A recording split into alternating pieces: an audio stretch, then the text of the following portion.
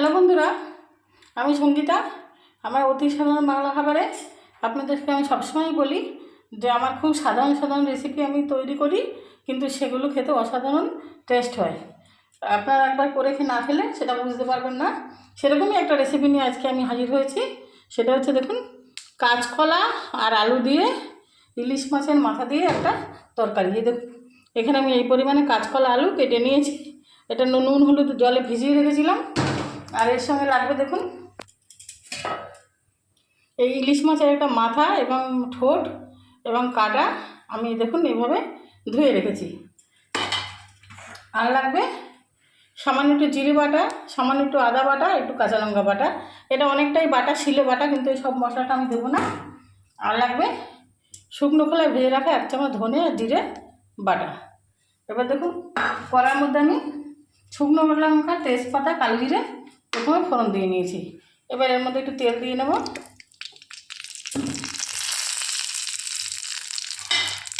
তেল দিয়ে এবার মাথাটাকে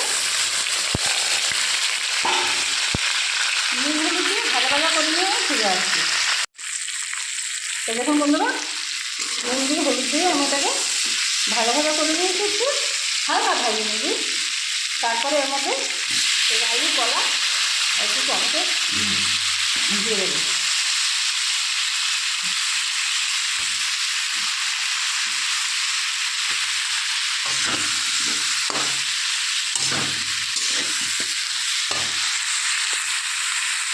এবার দিয়ে দেবো 1/2 চামচ আদা, 1/2 চামচ জিরে আর 1/2 চামচ কাঁচা লঙ্কা বাটা আমার মধ্যে দিয়ে দেবো। দিয়ে আরেকটু ভাজা ভাজা করে নিয়ে আমি ফিরে আসছি। দেখুন বন্ধুরা, মশলাটাকে আমি কষিয়ে নিয়েছি। বারবার বলছি, খুব সাধারণ সাধারণ রেসিপি, আপনারা একটু শুধু ট্রাই করে দেখবেন। তো এর মধ্যে এবার জল দিয়ে দেবো।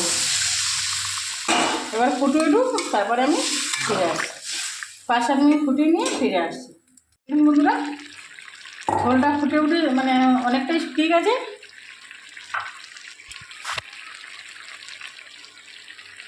এই দেখুন বন্ধুরা, ঝোলটা অনেকটাই শুকিয়ে গেছে।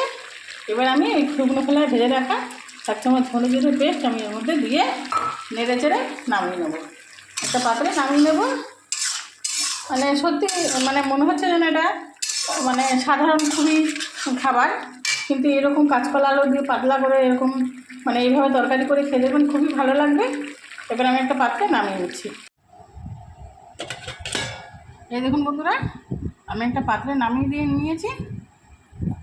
মানে অসাধারণ টেস্টি একটা রেসিপি। আর ভিডিওটি যদি ভালো লেগে থাকে আর আমার এই সাধারণ রেসিপিগুলি আপনারা যদি দেখতে চান, লাইক, কমেন্ট, শেয়ার, সাবস্ক্রাইব করতে ভুলবেন না। ধন্যবাদ।